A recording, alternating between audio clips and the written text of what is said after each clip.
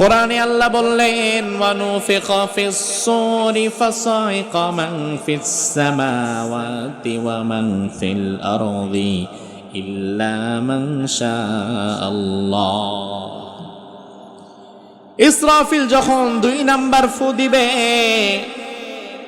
আকাশ এবং জমিনে যত প্রাণী আছে যা আছে সব একাকার মেসাকার হয়ে মরে যাবে, কারো কোনো অস্তিত্ব আর থাকবে না।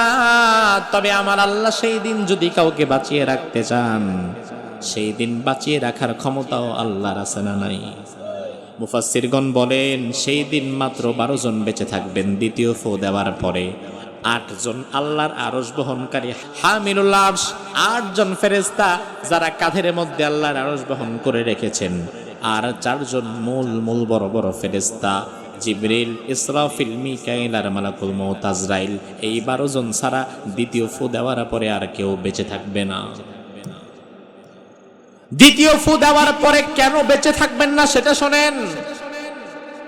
আল্লাহ কোরআনের মধ্যে বললেন ইসরাফিল যখন 2 নাম্বার ফু দিয়ে দিবে, সাথে সাথে এবার আসমান ভাঙবে।